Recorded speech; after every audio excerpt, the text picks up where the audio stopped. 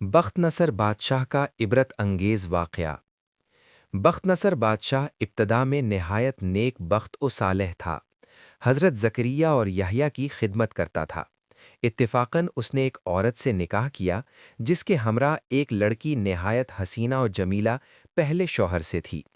جب وہ لڑکی سن بلوغ کو پہنچی تو بادشاہ اس کی بہار حسن دیکھ کر فریفتہ و دیوانہ ہو گیا۔ اس کی ماں کو پیغام دیا، وہ بہت خوش ہوئی مگر دل میں اندیشہ کیا کہ بادشاہ پیغمبروں کا مطیع و فرمان ہے اور نکاح اللہ کے پیغمبر کی شریعت کے خلاف ہے، وہ کیوں اس کام کی اجازت دیں گے؟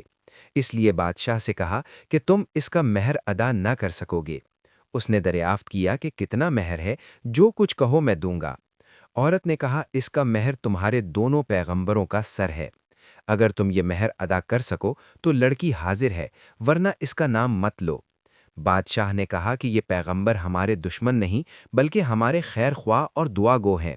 ان کو بے جرم و گناہ قتل کرنا ظلم عظیم ہے۔ اس کے سوا کچھ مانگو، جو مہر کہو مجھے منظور ہے۔ اس نے کہا اس کے سوا کوئی مہر نہیں ہے۔ بادشاہ نے ہوائے نفسانی سے مغلوب ہو کر فوج کو حکم دیا کہ دونوں بے گناہوں کا سر کاٹ لاؤ۔ حکم کے بموجب سپاہیوں نے جا کر اول حضرت بیٹی کو بیت المقدس میں ذبح کیا اور حضرت زکریا یہ حال دیکھ کر جنگل کی طرف بھاگ نکلے۔ فوج پیچھے ہوئی اور شیطان نے ان کی رہنمائی کی۔ جب سپاہیوں نے دبایا اور گھیر لیا تو حضرت زکریا نے ایک درخت سے التجا کی کہ مجھ کو اس وقت پناہ دے۔ وہ درخت پھٹ گیا، یہ اس کے اندر سما گئے، وہ پھر بند ہو گیا، لیکن قدرے کپڑا باہر رہ گیا۔ فوج متحیر ہوئی کہ کہاں غائب ہو گئے۔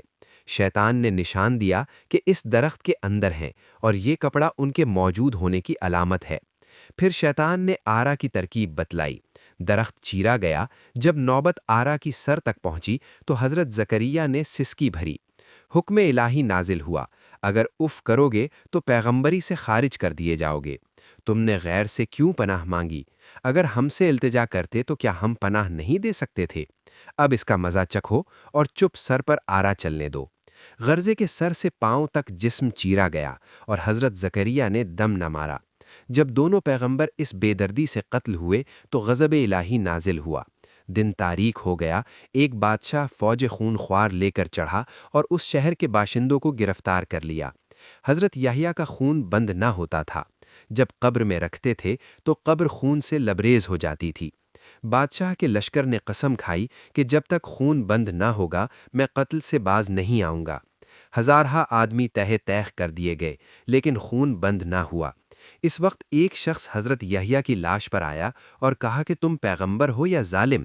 ایک خون کے بدلے میں 1000 آدمی قتل ہو چکے، اب کیا سارے جہان کو قتل کراؤ گے؟ اتنا کہنا تھا کہ خون بند ہو گیا۔ جامعہ دمشق میں حضرت یحییٰ کی قبر ہے۔ حاصل غرض اس بیان سے یہ ہے کہ بجز اللہ کے کسی سے استعانت نہ چاہیے، کہ جب ایک نبی کو بھی اللہ تعالیٰ نے بطور تنبیہ کے آرے سے چروا دیا تو ہماری حیثیت کیا ہے؟ چنانچہ اس لیے اس واقعے سے سبق حاصل کرتے ہوئے ہمیں چاہیے کہ نہ تو کبھی کسی پر کوئی ظلم کریں اور نہ اللہ کے سوا کسی سے مدد مانگے۔ اللہ تعالیٰ ہم سب کو عمل کرنے کی توفیق عطا فرمائے۔ آمین یا رب العالمین۔